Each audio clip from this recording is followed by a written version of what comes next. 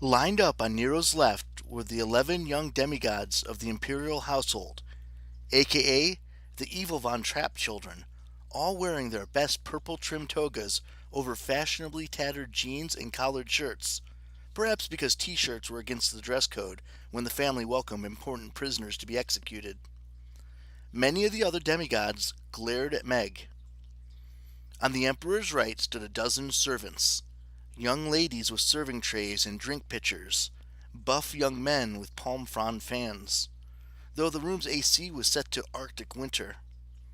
One young man, who had obviously lost a bet, was massaging the Emperor's feet. Half a dozen Germani flanked the throne, including Gunther, our buddy from the Eclier ride into New York. He studied me as if imagining all the interesting and painful ways he could remove my head from my shoulders. Next to him, at the Emperor's right hand, stood Lugu. I had to force myself not to sigh with relief. Of course she looked terrible. Steel braces encased her legs. She had a crutch under each arm. She wore a neck brace as well, and the skin around her eyes was a raccoon mask of bruises. Her mohawk was the only part of her that didn't appear to be damaged.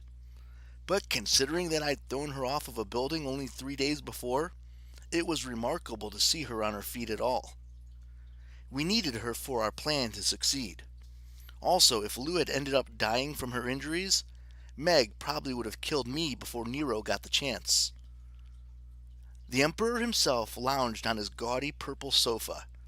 He had exchanged his bathrobe for a tunic and traditional Roman toga, which I suppose wasn't much different from his bedwear. His golden laurels had been recently polished. His neckbeard glistened with oil. If his expression had been any smugger, the entire species of domestic cats would have sued him for plagiarism. "Your Imperial Majesty," our guide Erica tried for a cheerful tone, but her voice cracked with fear. "Your guests have arrived." Nero shooed her away.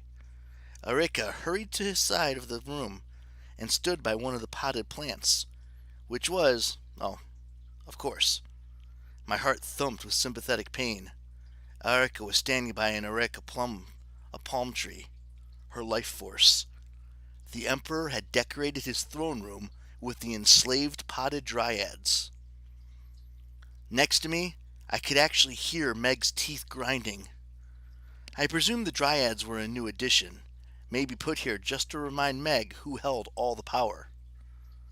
"Well, well!" Nero kicked away the young woman who had been giving him a foot massage. "Apollo, I am amazed!" Lugu shifted on her crutches.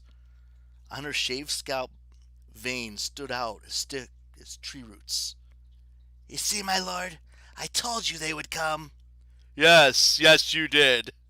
Nero's voice was heavy and cold. He leaned forward and laced his fingers, his belly bulging around his tunic. I thought of Dionysus staying in a schlubby dad bod from a post posterior against Zeus. I wondered what Nero's excuse was. "So, Lester, after all the trouble you've caused me, why would you roll over and surrender now?" I blinked. "You threatened to burn down the city." "Oh, come now." He gave me a conspiratorial smile. "You and I have both stood by and watched cities burn before. Now, my precious Meg here." He regarded her with such tender warmth, I wanted to vomit on his Persian rug.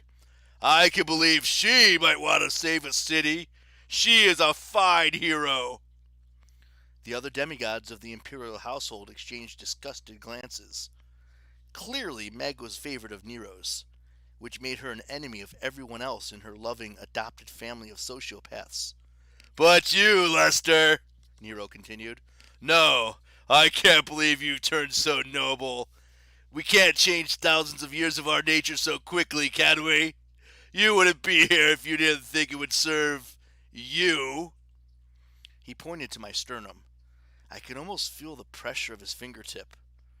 I tried to look agitated, which wasn't hard. "Do you want me to surrender or not?"